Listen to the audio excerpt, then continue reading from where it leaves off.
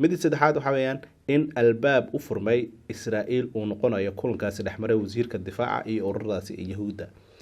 inkasta oo Sacuudigu uusan weli aqoonsan Israa'iil, haddana kulanka wuxuu u ekaa mid diblomaasiyad qarsoon, waana tijaabo la doonayo in lagu ogaado sida mustaqbalka uu noqon karo xiriirka ee Sacuudiga iyo waliba Israa'iil.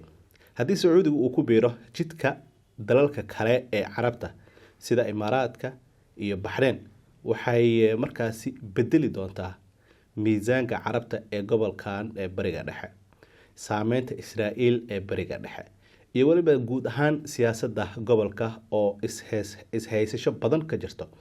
waxaana Sacuudigu uu noqon karaa markaasi dal Carbeed oo gabi ahaanba siyaasadiisii bedelay haddii uu xiriir dhow la yeesho Israa'iil.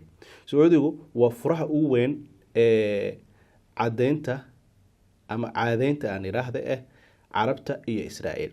Carabta iyo Israa'iil waxaa ka dhex jira dalal Carbeed oo xiriir dhow la yeeshay oo waliba heshiiska Abraham Code ku jira waa Bahrain iyo Imaaraadka. Morocco qayb ayay ka tahay, laakiin Sacuudigu waa miisaan siyaasadeed iyo dhaqaale oo Bariga Dhexe oo Carabtana ay focal point u tahay. haddii Sacuudigu uu ku biiro heshiiska Israa'iil, wuxuu noqon doonaa mid gabi ahaanba siyaasadda gobolka Bariga Dhexe wax badan iska bedela. Israa'iilna waxay u noqonaysaa albaab u furmay oo Carabta oo dhankoodii ah.